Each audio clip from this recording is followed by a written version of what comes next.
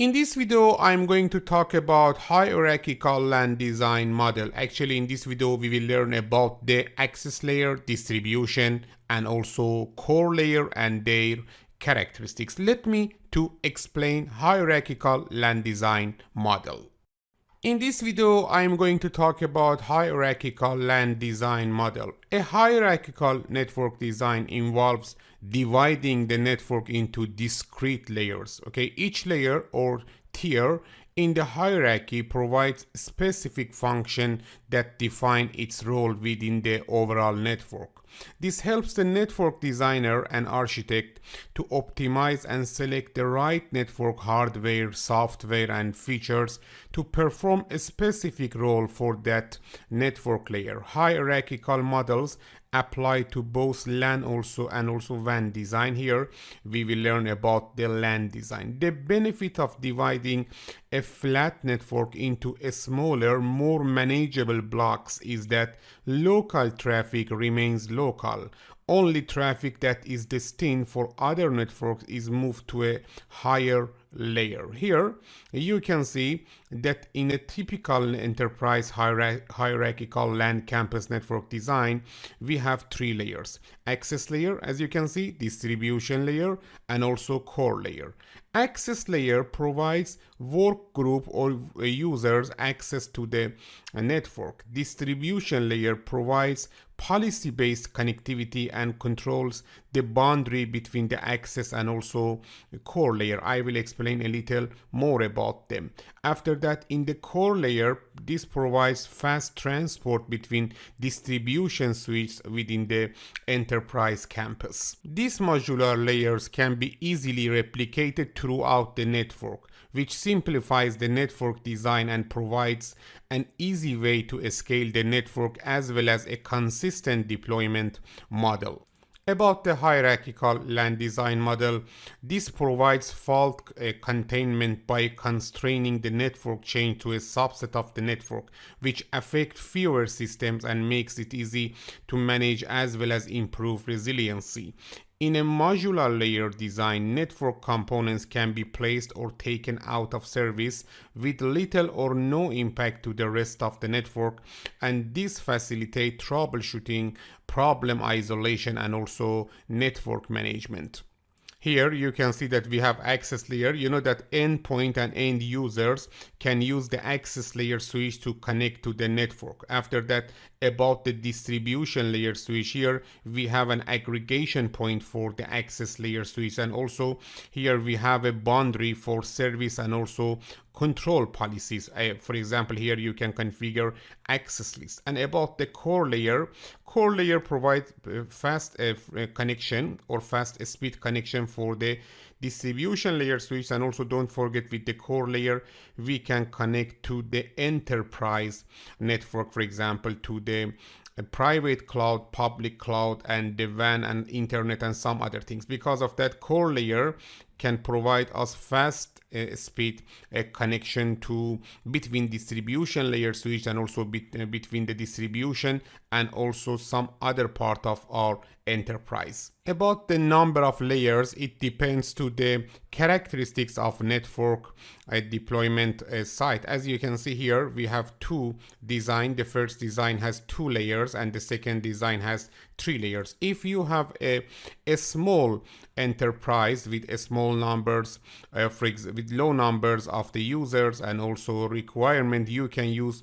2-layer model. In the 2-layer model, we have access layer and also distribution layer. Actually, the distribution is a function. The distribution layer function is the function of distribution, and also core layer in 3-layer model. Actually, here you have, when we scale our design, we will have 3 layers. In the 2-layer, the core layer and distribution layer are residing both of them in 1 layer, core distribution layer, or you can say only distribution layer. Because of that, about the hierarchical LAN design model, now we know that we can use 2 layers, okay, model, access layer and distribution layer, or in larger scale 3 layers model, the access layer, distribution layer, and also core layer. Alright, now let me to explain a little more about the access layer. You know that the access layer can be considered the entry point into the network or the exit depending on the direction of data flow. It is where end user devices connect, okay, feeding into access layer switches. Due to the number of end user devices connecting to the network, there tends to be more switches on the access layer than any other in a typical, for example, hierarchical network design. They require high port density to support the large number of connecting devices, but generally don't need a high throughput on them, as each port is connecting to just one specific device. These devices can be anything that requires a network connection, including laptops, smartphones, tablets, and also printers. As it must support so many devices, the access layer tends to have the most features. It's also where admins tend to spend a lot of their time. And with so many users and ad hoc devices, this layer also requires intensive security, as it's the first border between the external world and the network. Some services that you can typically find in the access layer include the CDP and LLDP, means discovery and configuration. About the security and network identity, maybe you want to enable port security, DHCP or 802.1x. About the application recognition, we can use QoS marking, policing, and also queuing. About the network control, routing protocols, spanning tree, DTP, and some other things. And finally, about the physical infrastructure, we can enable the power over Ethernet or PoE. The access layer feeds into the distribution layer via OSI layer 2 trunk ports or layer 3 routed ports. End user devices connect to switches in the access layer at for example layer 2. Let me to say that about the access layer, then the other name of access layer, as you can see here, is the network edge. Okay, end user devices or endpoints actually can connect to this access layer switch, and here in most cases we don't use the bandwidth, but if you want to give the users for high burst of traffic, okay, you can use high bandwidth, for example wired and wireless access. For example, for wired connection we can use gigabit Ethernet, and for wireless access we can use IEEE 802.11n or IEEE 802.11ac standard for improving the quality of experience or QE for the users, and also improve productivity of the end user. Here you can experience PCs, IP phones, as you can see, for example printer, wireless access point, okay, and personal presence device.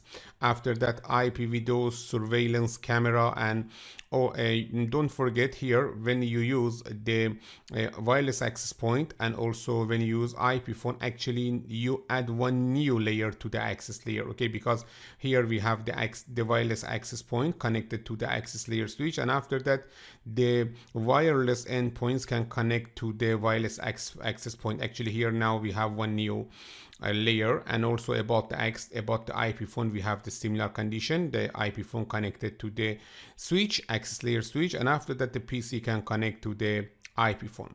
Also, this layer is a good layer for quality of service trust boundary, because this is the first device that we have trust on those devices. Because of that, in most cases we configure the trust boundary on the access layer switch. In some cases, if we have IP phone, the trust boundary is the IP phone. Again, let me to emphasize that in the access layer we should configure VLANs for controlling the traffic, okay, and actually we are creating logical networks. After that, here we can implement in most cases security features like the port security and some other things. We can implement quality of service features like the for example policing, like the marking, okay. Because of that, The access layer is one of the layers that the administrator should work on this layer more than maybe other layers. About the connectivity between the access layer and distribution layer, in most cases we use the layer 2 link.